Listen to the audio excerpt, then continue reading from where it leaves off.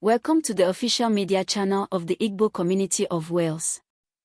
Government's doing? Absolutely. Well, also in Abia State, the state government has announced plans to make the Igbo language a compulsory subject in schools in order to protect the language from extinction. The deputy governor of the state made the announcement during a competition organized by the Catholic Diocese of Aba. He expressed concern that English has replaced Igbo in many homes, warning that the language could disappear if not preserved. He blamed some Igbo parents for not speaking the language at home. This is another commendable initiative. Yeah. Really, I love this actual initiative. Yeah. I mean, I thought, I did learn Igbo in school. Exactly. I did in school. So I'm glad that it is now really compulsory. Yeah. Before we end, what's trending?